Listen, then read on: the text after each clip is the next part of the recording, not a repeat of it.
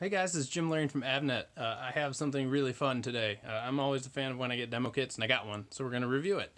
This is the IDT ZMod 4450 demo kit. So this one, IDT's been doing a whole lot on indoor air quality and VOC detection. In my opinion, my humble opinion, they seem to be pretty ahead of the game in the field, especially on finding specific VOCs. So if you don't know what VOCs are, they're a volatile organic compound, and as the name kind of sounds like, there's things that you shouldn't be breathing in, but yet they are everywhere. So they are in plastics, alcohols, cleaning products, quite a lot, paint, leather, hand sanitizer, all of those areas, things that we use every day. So where I've seen the advantage is not an instance. So it's not like, oh hey, I did this one thing and now I see I've made VOCs. Bummer. Where I see the advantage is in creating lifestyle changes. And what I mean by that, here's a quick example. I used to use the spray in the shower to stop the droplets forming. That stuff, I plugged one of these in. I just walked around my house with it and saw what happened. That stuff turns the sensor result like straight black. It is absolutely terrible for you. So I stopped using it. Started using a squeegee. Better life, right? Trying to stay healthy. There are many examples. The hand sanitizer one gets me because so many people use hand sanitizer all day, all the time, especially like the healthcare industry. That stuff is horrible to be breathing in. But yeah, that's what we do. So IDT, again, leading the pack on a lot of this stuff. They've come up with a VOC sensor that's specifically tuned for the fridge. So you can see kind of their marketing on the back here at the fridge.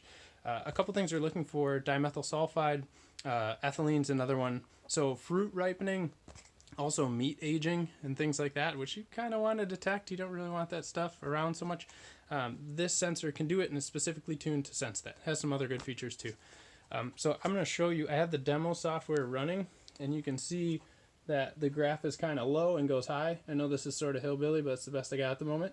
I actually have the sensor in a bag with some bananas that are getting a little old.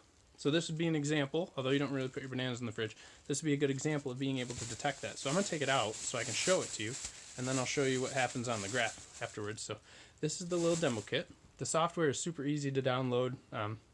It's great. It's quick. This little guy is the chip right there, so he doesn't take up a lot of real estate. And then I will show you really quickly on the graph. You'll be able to see that we kind of have a nosedive. Oops, sorry. We have a nosedive right about here where all the points start going down. Pardon me yelling over my laptop. Not my best work. But you can see that pretty clearly. The sensor is pretty fast, pretty responsive, and then it'll notify you if your fruit and veggies are going bad. So this is good for the user, because you could know, instead of finding that piece of meat in the fridge that you really wish you didn't find, you could eat it while it's still good, right? We know that Americans throw away so much food.